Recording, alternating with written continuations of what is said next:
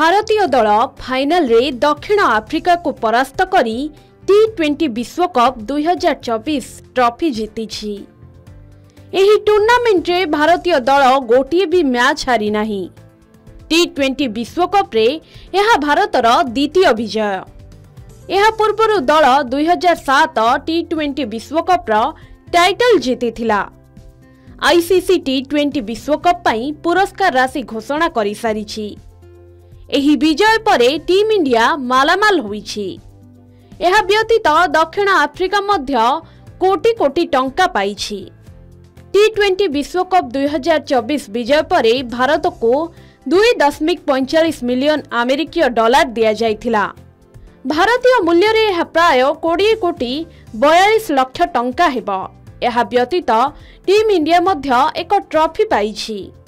पराजय परे दक्षिण आफ्रिका को मध्य कोटी कोटी टंका मिलिछि।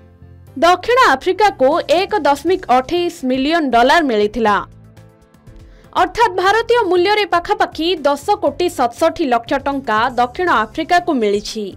अन्यपटे सुपर 8 रे बाहर होइथिबा दल को 3 कोटी 8 लाख टंका मिलिछि। नवम रु द्वादश रे थिबा दल मानकु 2 कोटी 6 लाख टंका दिया जाइछि। विराट कोहली को फाइनल मैच परे player of the match award दिया जाइछि। रिवार्ड भाबे तांको 5000 डॉलर अर्थात भारतीय मूल्य रे पाखापाखी 4,16,821 टंका मिलिछि।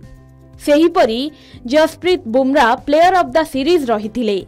तांको पुरस्कार भाबरे 15,000 डॉलर दिया जाइथिला, जहा भारतीय मूल्य रे प्राय 12,50,465 टंका हेबो। टूर्नामेंट विषय रे कहिबाकू गले बुमराह 8टी मैच रे मोट 15 विकेट नेइथिले। अधिकांश विकेट नेबारे से तृतीय स्थान रे रहिथिले। ब्यूरो रिपोर्ट के न्यूज ओडिशा।